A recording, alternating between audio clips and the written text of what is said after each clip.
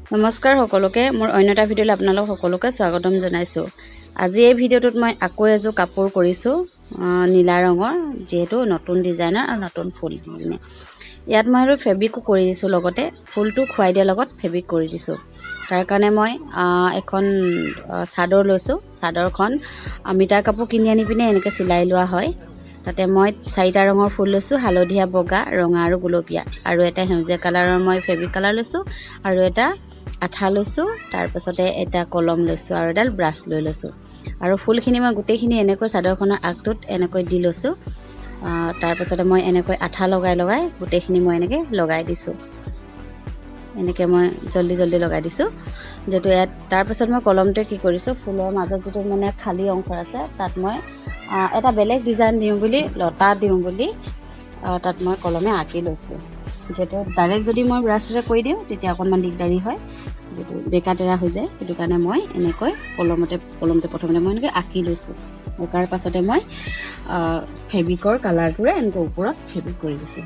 এতিয়া মোৰ গোটেইখিনি এনেকৈ অঁকা হৈ গ'ল। তাৰপাছত মই এনেকৈ ফেব্ৰিক কালাৰটোৱে ফেব্ৰিক কৰি দিছোঁ।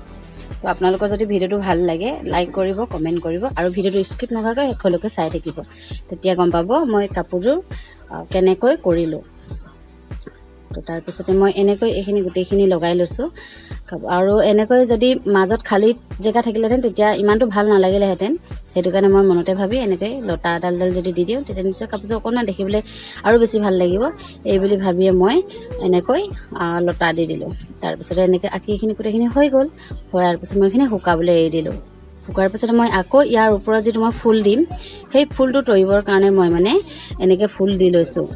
যিটো এইটো কটা এটা ফুল এনেকৈ দি লৈছোঁ। কাৰণ এইখিনি যদি মই এনেকৈ মিলাই নল'লে দিগদাৰ হয়। আঠাটো লগাবৰ সময়ত মানে খেলিমেলি হৈ যায় আৰু জেগাত নপৰে। সেইটো কাৰণে মই এনেকৈ গোটেইখিনি আগতীয়াকৈ মিলাই লৈছোঁ। মিলাই মই জেগাত থৈ লৈছোঁ। তাৰপাছতে মই এইখিনি এপাহকৈ এনেকৈ আঠা লগাই মই এইখিনি গোটেইখিনি লগাই দিছোঁ। আৰু এই আঠাটো বহুত কম দামতে পায়। আৰু ইয়াতকৈ আৰু এটা ভাল আঠা আছে, যিটো আপোনাৰ 7000 B7000 বুলি কয়। সেইটো মই এতিয়ালৈকে অনা নাই, ব্যৱহাৰ কৰা নাই। মই এইটোৱে ব্যৱহাৰ কৰিছোঁ। আগৰ কাপোৰযোৰটো মই এইটো আঠা দিয়ে ব্যৱহাৰ কৰিছিলোঁ। হ'লেও মানে মই চিলাই দিছিলোঁ মাজে মাজে, কিন্তু এইযোৰত মই নিচিলাওঁ। এইযোৰ মই এনেকৈ থাকিব দিম, যিহেতু আঠাটো এৰি নাযায়। যিটো শুকোৱাৰ পাছত তেনেকৈ আঠাটো লাগিয়ে ধৰে। সেইটো কাৰণে মই আৰু এইযোৰ চিলাই নিদিওঁ মানে তেনেকৈ। তাৰপিছত মই এয়া সম্পূৰ্ণ হৈ গ'ল ফুলখিনি লগোৱাৰ পাছত মই আকৌ আঠাটোৱে মানে ফুলখিনি এনেকৈ হেঁচি অকণমান হেৰি কৰি দিছোঁ। তেতিয়া মানে অকণমান টাইট হৈ লাগি ধৰিব। তাৰপাছতে মই ইয়াত অকণমান ডিজাইন এটা দিওঁ বুলি ভাবি এই সেউজীয়া কালাৰটোৱে এনেই অলপকৈ আঁকি দিছোঁ। যিহেতু এইবিলাক নিদিলে ইমান বেয়া দেখিব, উকা দেখিব। সেইটো কাৰণে মই অকণমান এনেকৈ আঁকি দিছোঁ। আৰু ফুলকেইটাতো মই এনেকৈ অলপ ডিজাইনতে এনেকৈ অকণমান দি দিছোঁ, আৰু তিনিটা আগ দিয়া নিচিনাকৈ দি দিছোঁ।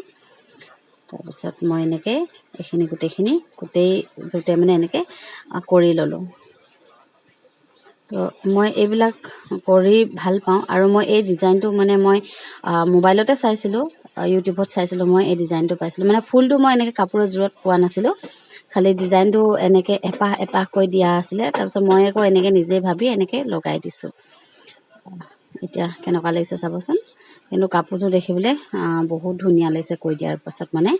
তাৰপিছত মই গোটেই চাদৰখনতে এনেকৈ মাজে এনেকৈ ফুল এটা দি ল'লোঁ। দিয়াৰ পাছতে মই এইখিনি গোটেইখিনি আকৌ ফেব্ৰিক কালাৰে মই এনেকৈ আৰ্ট কৰি ল'লোঁ। এইবাৰ মই এই কাপোৰযোৰ মই ছাইডত মানে ফুলখিনি চিলাই দিয়া নাই প্ৰতিটো। তাত অলপকৈ ছাইডত এপাহকৈ অকণমান আঁতৰত মই দি গ'লোঁ। এইখিনি হৈ গ'ল। হোৱাৰ পাছতে মই এতিয়া বগা ৰং এটা লৈ আকৌ য'ত মানে সেউজীয়াৰ পাতৰ নিচিনাকৈ দিছিলোঁ, সেয়াত মই এনেকৈ দি দিছোঁ। তেতিয়া অকণমান বেছি ভাল লাগিব। সেইবুলি ভাবি মই বগা ৰংটো দি দিছোঁ। মানে কাপোৰযোৰ অকণমান আঁতৰৰ পৰা জিলিকি থাকে, ধুনীয়া লাগে দেখিবলৈ। বগা ৰংটোতো এনেও অলপ জিলিকা নহয় জানো।